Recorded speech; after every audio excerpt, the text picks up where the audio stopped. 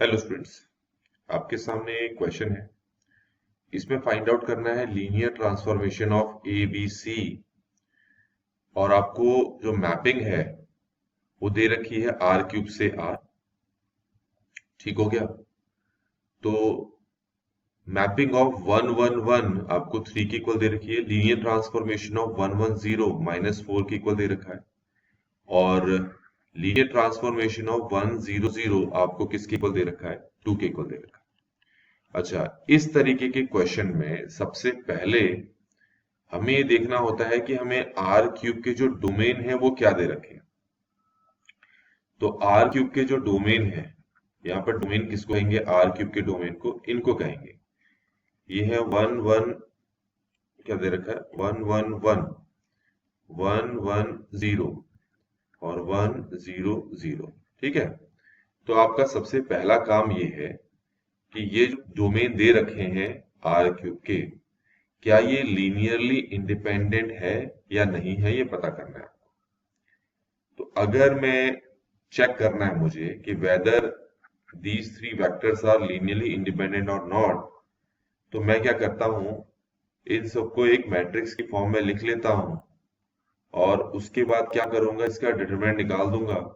और डिटरमिनेंट अगर जीरो के इक्वल नहीं आएगा तो ये तीनों के तीनों वेक्टर्स जो हैं लीनियरली इंडिपेंडेंट है। और मैं करके भी देख चुका हूं, ये जीरो के इक्वल नहीं आ रहा है और तीनों वेक्टर्स क्या है? Linearly independent. ठीक है? तो अब ये तीन वेक्टर्स आपके लीनियरली इंडिपेंडेंट है और हमें ये पता है कि जो डायमेंशन होता है आर क्यूब का वो 3 के बराबर होता है। और यहाँ पर हमारे पास तीन linearly independent set of vectors हैं। तो इसका मतलब सीधा सीधा ये हो गया कि हमें ये जो तीन वेक्टर्स दे रखे हैं ये क्या है? इसके बेसिस सेट है। किसके बेसिस सेट है? आर क्यूब के क्या है? ये बेसिस सेट है ये। ठीक है? ये पूरा का पूरा बेसिस सेट है। तो इसका सीधे सा मतलब हो गया कि ये जो तीनों के तीनों वेक्टर्स हैं, अगर ये बेसिस सेट है तो ये इसको जनरेट करते हैं आर क्यूब को। आर क्यूब को क्या करते हैं? जनरेट करते हैं। तो इसका मतलब है आर क्यूब का जो हर एक वेक्टर है, आर क्यूब का हर एक वेक्टर इस फॉर्म में है। तो आर क्यूब का हर एक वेक्टर जो इस फॉर्म में है उसको इन तीनों के लीनियर कॉम्बिनेशन के फॉर्म में रिप्रेजेंट किया जा सकता है। तो इसका क्या मतलब हुआ? इसका मतलब ये हुआ कि जो ए बी सी है, ये जो वेक्टर है ये आर क्यूब का वेक्टर है। तो आर क्यूब के हर एक वेक्टर को 1 1 1, 1 1 0, 1 0 0 इनके लीनियर कॉम्बिनेशन के फॉर्म में रिप्रेजेंट किया जा सकता है। ठीक हो गया? तो ये मैंने दिखा दिया, ए बी सी जो कि आर क्यूब का वेक्टर है उसको इन तीनों के लीनियर कॉम्बिनेशन के फॉर्म में मैंने रिप्रेजेंट करके दिखा दिया। तो अब अगर हम इसको सॉल्व करें तो ऐसे ही सॉल्व करेंगे। अल्फा प्लस बीटा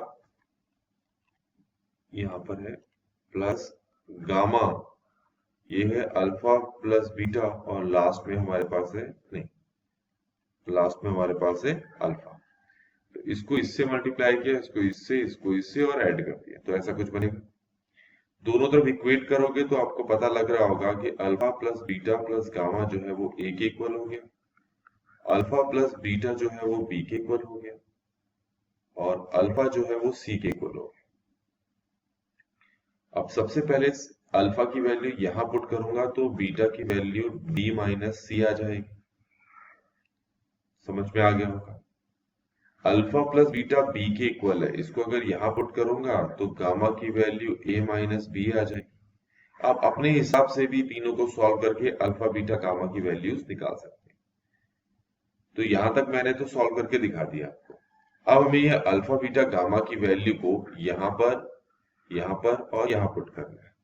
तो इससे मुझे क्या मिल जाएगा? ए बी सी किसके इक्वल मिलेगा? अल्फा की वैल्यू है सी 1 1 1, बीटा की वैल्यू है बी माइनस सी 1 1 0,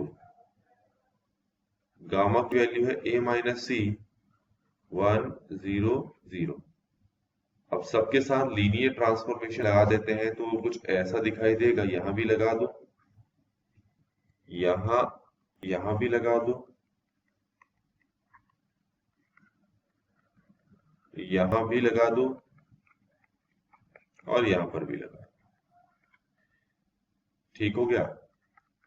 अब ये जो T11 है, T111, इसकी वैल्यू आपको क्वेश्चन में स्टार्टिंग में दे रखी थी 3, तो इसकी जगह हम 3 रख लेते हैं। इसी जगह हम रख लेते हैं -4 और इसकी जगह हम रख लेते हैं 2। अब हम इसको क्या करेंगे, सॉल्व करेंगे। तो ये 3c -4e + 4c + 2a - 2c। अब इसको सॉल्व करेंगे तो ये 2a आ रहा है और इसमें b a की जगह दिख रहा है मुझे, c 3 जगह हो गया है इसमें। चेक करते हैं एक बार। ये यहाँ पर ना a - b है, ये a - b है, -b है, तो ये होगा, है ना, ऐसे ही होना चाहिए। तो -4b - 2b कितना हो गया, -6b, और 3 + 4c कितना हो गया हमारा, 7c।